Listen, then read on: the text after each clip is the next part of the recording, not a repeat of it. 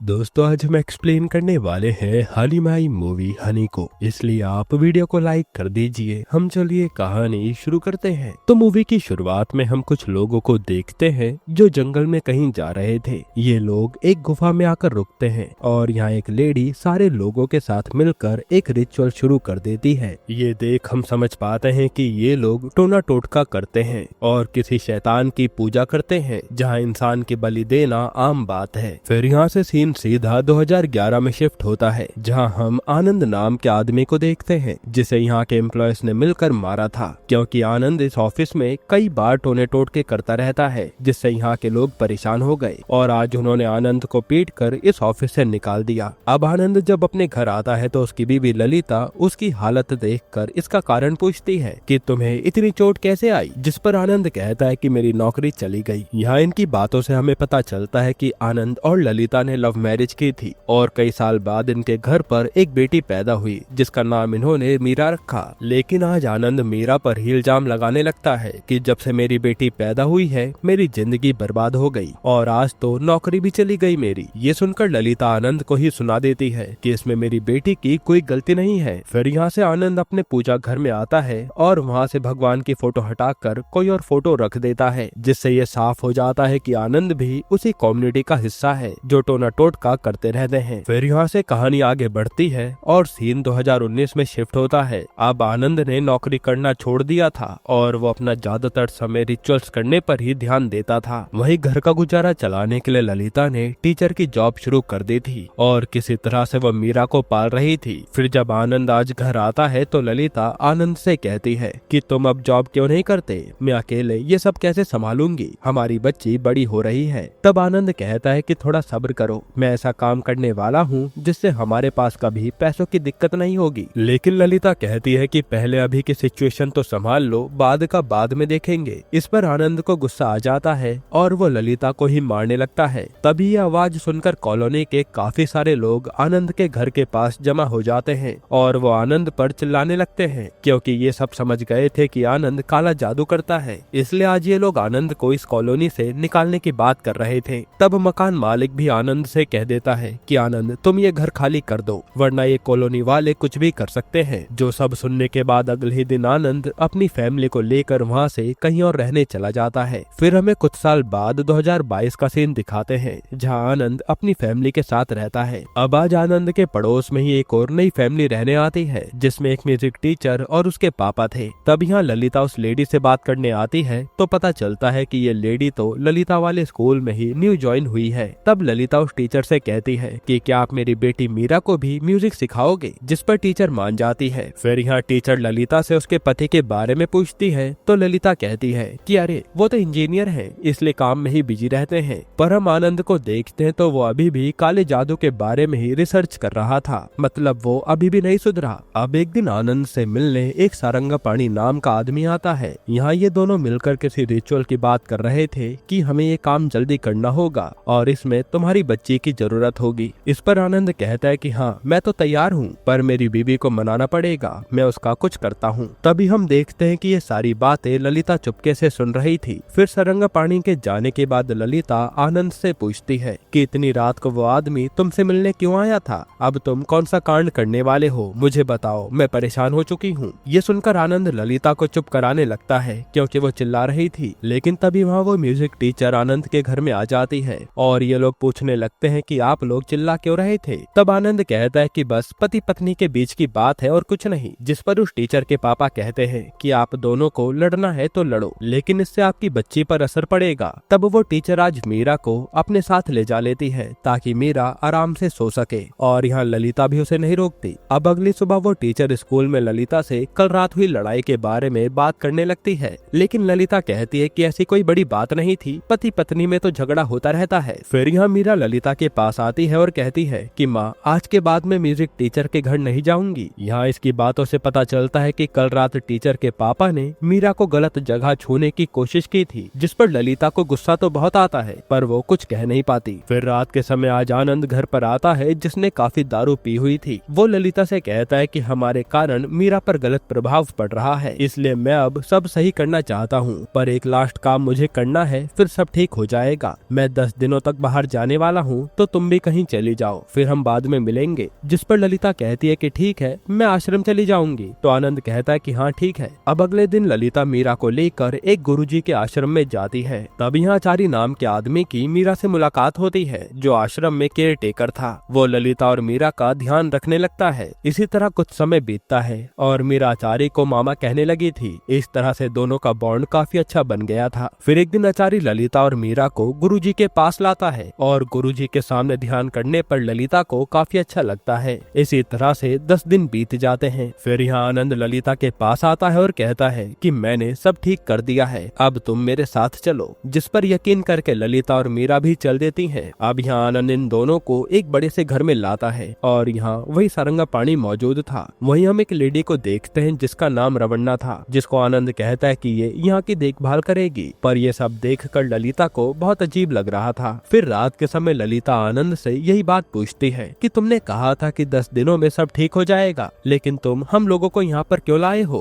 मुझे डर लग रहा है। आनंद कहता है कि अरे डरो मत, कुछ नहीं होगा, हमें बस मीरा से एक छोटा सा काम कराना है, वो हो जाएगा तो पैसों की कभी दिक्कत नहीं होगी। ये सुनकर तो ललिता चौंक जाती है, लेकिन आनंद किसी तरह से उसे अपनी बातों में फंसा लेता है और वो अपनी जेब से पैसे निकाल कर ललिता को देता है कि ये तो शुरुआत है, अगर मीरा ने वो काम कर दिया तो हम माला माल हो जाएंगे। तब यहाँ ललिता भी किसी तरह इसके लिए मान जाती है। फिर अगली सुबह ललिता मीरा को समझाती है कि बेटा, तुम्हारे पापा तुम्हें जैसा कहें वैसा ही करना। तब यहाँ से आनंद अपनी बेटी मीरा को लेकर चला जाता है। असल में आनंद मीरा को उसी गुफा में लाया था जहाँ ये लोग रिचुअल्स करते थे। यहाँ पर एक लेडी पहले से बैठी थी। तब आनंद उस लेडी से मीरा को आशीर्वाद दिलवाता है। फिर यहाँ एक आदमी मीरा को एक बोरी देता है जिसमें कुछ चल रहा था। ये देख मीरा डरने लगती है, लेकिन आनंद कहता है कि डरो मत, कुछ नहीं होगा, लेकिन ये याद रहे कि अब ये थैला तुम नीचे नहीं रख सकती। तब मीरा भी डर के मारे वो थैला पकड़ लेती है और फिर आनंद उसे वापस अपने घर में लाकर एक कमरे में बंद कर देता है। अब यहाँ जब वो बोरी खुलती है तो उसमें एक काली बिल्ली निकलती है। चल ये था कि अब मीरा को 10 दिनों तक उस काली बिल्ली के साथ इसी कमरे में रहना होगा। इसी बीच मीरा अपनी माँ से भी नहीं मिल सकती। तब मीरा किसी तरह डर डर कर अपना समय इस कमरे में गुजारती है और इन दोनों को समय समय पर खाना देने की जिम्मेदारी रवन्ना की थी। साथ ही रवन्ना मीरा को कुछ सिखाती भी है कि तुम्हें ये सब कैसे करना है। फिर कुछ दिनों के बाद एक रात जब वो बिल्ली रोने लगती है तो आनंद उस कमरे के पास जाता है। यहाँ आनंद और रमन्ना उस कमरे के छत के ऊपर रस्सी बांध देते हैं। असल में ये बिल्ली आज बच्चों को जन्म देने वाली है। तो आनंद मीरा को समझाता है कि मीरा,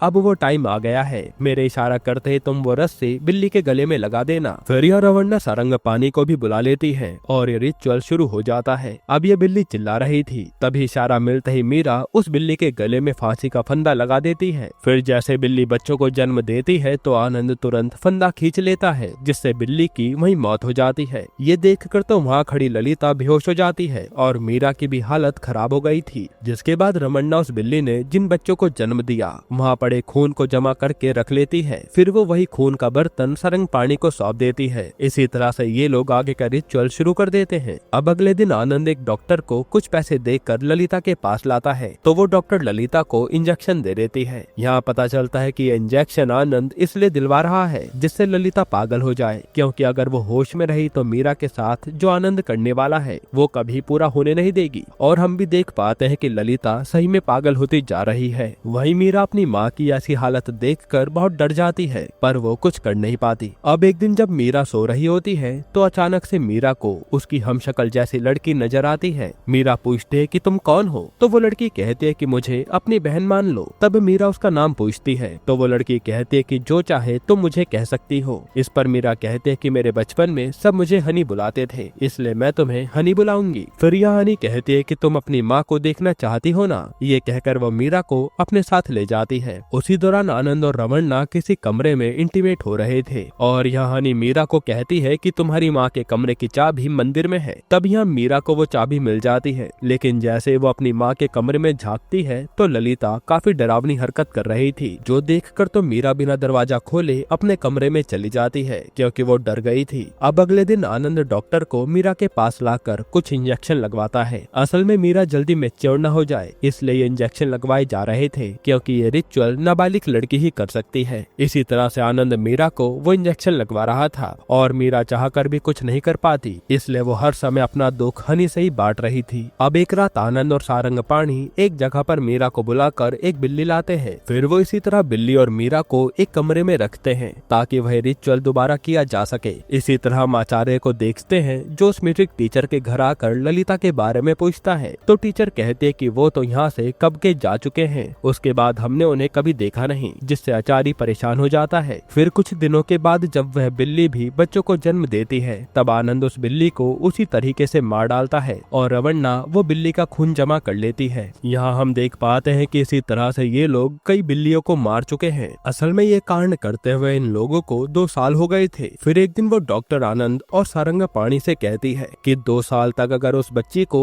ऐसे इंजेक्शन डालते रहेंगे तो उसके हार्मोन्स बदल जाएंगे और वो बच्ची मर भी सकती है। लेकिन आनंद फिर भी उसकी बात नहीं मानता क्योंकि उसे तो पैसे चाहिए थे। फिर यहाँ से आनंद और सारंगपाणी एक आदमी से मिलने आते हैं और यहाँ इनकी बातों से पता चलता है कि दुनिया में बहुत ही कम लोगों को बिल्ली का जादू पता है। ये कहते हैं कि पुराने जमाने में जिन लोगों को पता था वो इस चीज का इस्तेमाल करके आलीशान जिंदगी गुजारते थे। जिस तरह से सांप अपने बच्चों को जन्म देने के बाद कुछ बच्चे खा लेता है, उसी तरह से बिल्ली भी अपने बच्चों को जन्म देने के बाद अपना म्यूकस खा लेती है, यानी वही खून। इसलिए हम खुद उस म्यूकस को कलेक्ट कर रहे हैं। उस म्यूकस को कलेक्ट करने के बाद कुछ रिचुअल किए जाते हैं और जब उस म्यूकस को जमीन में दफना दो और उस पर एक कैक्टस का पौधा लगा दो, तो जब तक वह पौधा जिंदा रहेगा उसके घर में धन संपत्ति आती रहेगी। यहाँ पता चलता है कि इसी काम को करने के लिए बाकी लोग आनंद और सारंगपाणी को पैसे देते हैं। ये रिचुअल काफी समय से चलता आ रहा है, जिसमें आनंद ने अपनी बेटी का इस्तेमाल किया और अब तक ये लोग कई बिल्लियों को मार चुके हैं। अब एक दिन जब रमन्ना अपने घर में होती है